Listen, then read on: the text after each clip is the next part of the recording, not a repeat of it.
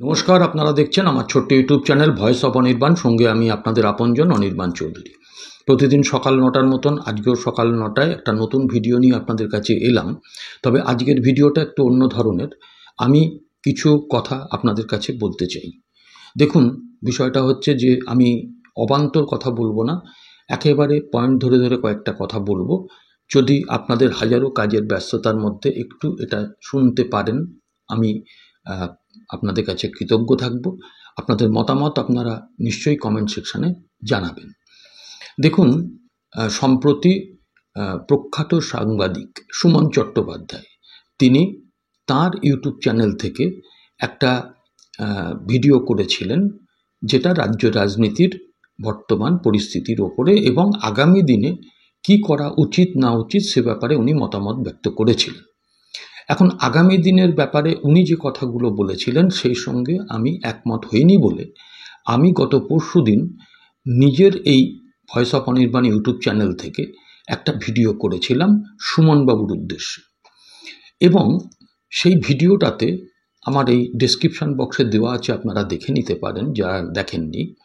আমি সেই ভিডিওতে কিন্তু একবারের জন্য কোনো অশালীন মন্তব্য সুমনবাবুর বিরুদ্ধে করিনি, কিন্তু আমি দেখলাম যে সেই ভিডিওটা করার পরে আমার কমেন্ট বক্সে নিজেদের জায়গা মনে করে কিছু প্রাণী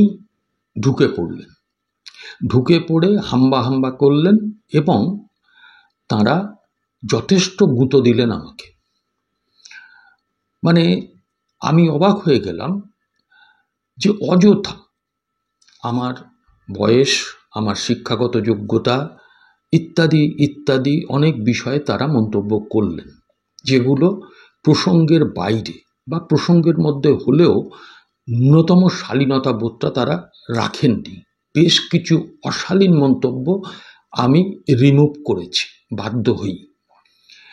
আসলে আমি যেটা মনে করলাম, এবং এটাই ঠিক, যে একটা মানুষের আচার আচরণ, কথাবার্তা, তার সোশ্যাল মিডিয়াতে পারফরমেন্স সব কিছুই নির্ভর করে তার জন্ম, তার বংশ পরিচয়, তার শিক্ষাগত যোগ্যতা এবং তার পারিবারিক শিক্ষা দীক্ষা, রুচি সংস্কৃতির ওপরে। স্বাভাবিকভাবেই অনেকেই সমালোচনা করেছেন আমার ভিডিওর। আমি তাদেরটা দেখেছি যে তারা ভদ্রভাবে, গঠনমূলকভাবে বিরোধিতা করেছেন, যুক্তি দিয়ে করেছেন। আর এই যে সমস্ত প্রাণীদের কথা বললাম, অযৌক্তিকভাবে আমাকে বলছেন বুড়ো ভাম। তা ঠিক আছে, বুড়ো ভাম বলুন, আমার তাতে কোনো আপত্তি নেই, কারণ আমার বয়সটা তো এই 59-এ পড়ব। স্বাভাবিকভাবে আমি এখন কচি খোকা নই, কিন্তু আমার প্রশ্ন হচ্ছে যে তারা, যে প্রাণীরা আমাকে বুড়ো ভাম বলছেন, তাদের যারা বয়োজ্যেষ্ঠ পারিবারিকভাবে বা তাদের পিতৃদেব, তাদেরও নিশ্চয়ই তারা এই বুড়ো ভাম বলেই আখ্যায়িত করেন, ডাকেন, কারণ এটা তো একটা আমার মনে হয় অভ্যাসের বশবর্তী হয়ে তারা আমাকে বলেছেন।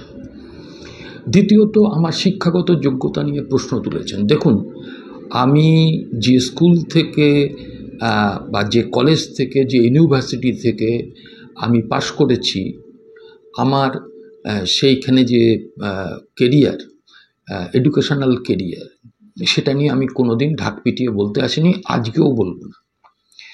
অনেকে আমাকে শিক্ষা দেবেন বলেছেন, আমাকে ক্লাস নেবেন বলেছেন, তো আমি তাদেরকে বলি যে আমার শিক্ষাগত যোগ্যতা জানলে বা আমার যে মানে কেরিয়ারটা জানলে আমার মনে হয় তিনি লজ্জায় মুখ ঢাকতে বাধ্য হবেন, কারণ তার শিক্ষাগত যোগ্যতা নিয়েই আমার প্রশ্ন আসে। এবং শুধু তাই নয়, আমি কেন সুমনবাবুর বিরুদ্ধে বলেছি? আরে বলবো না কেন?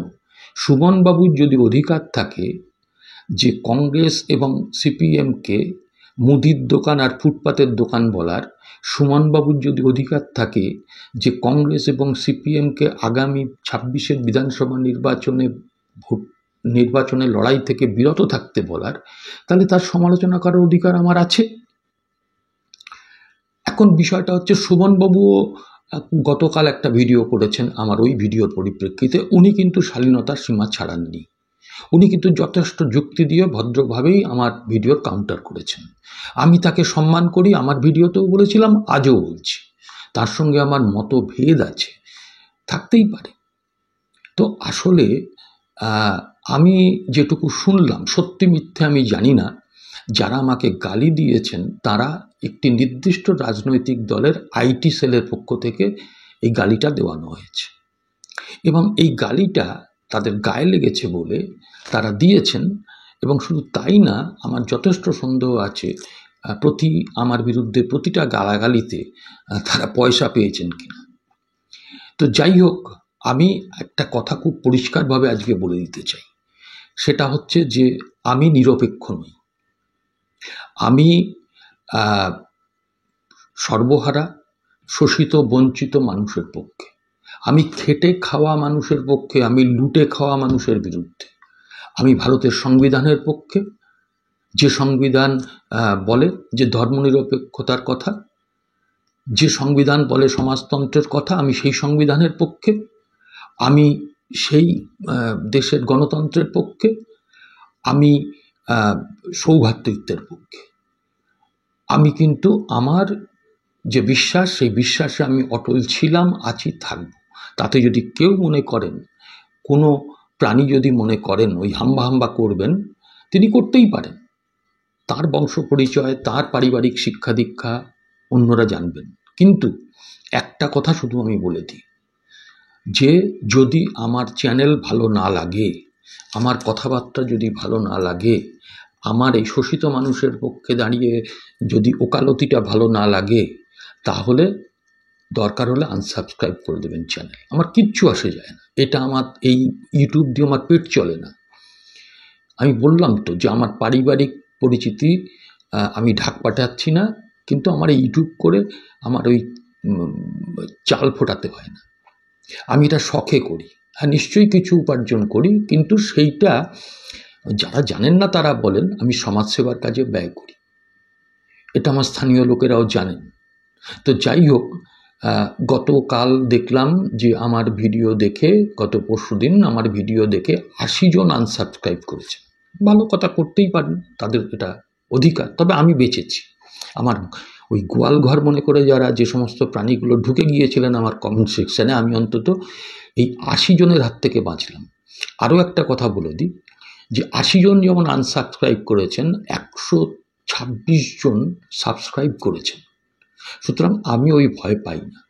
আমার রাতারাতি লাখখানিক সাবস্ক্রাইবার হওয়ারও ব্যাপার নেই। যারা দেখবেন, যারা শুনবেন, তারা নিজেরা যদি খুশি হন, আমার সমালোচনা অবশ্যই করবেন, কিন্তু গঠনমূলক সমালোচনা, এটা আমি বারবার করেছি। যাই হোক, আমি এই কথাগুলোই আপনাদের কাছে বলতে এসেছিলাম। আমি যদি কিছু ভুল বলে থাকি ক্ষমা করবেন, আর আপনাদের সকলকে শুভকামনা জানিয়ে আবার পরবর্তী ভিডিওতে আপনাদের সঙ্গে দেখা হবে এই কথা বলে আমার আজকের ভিডিও শেষ করছি। নমস্কার।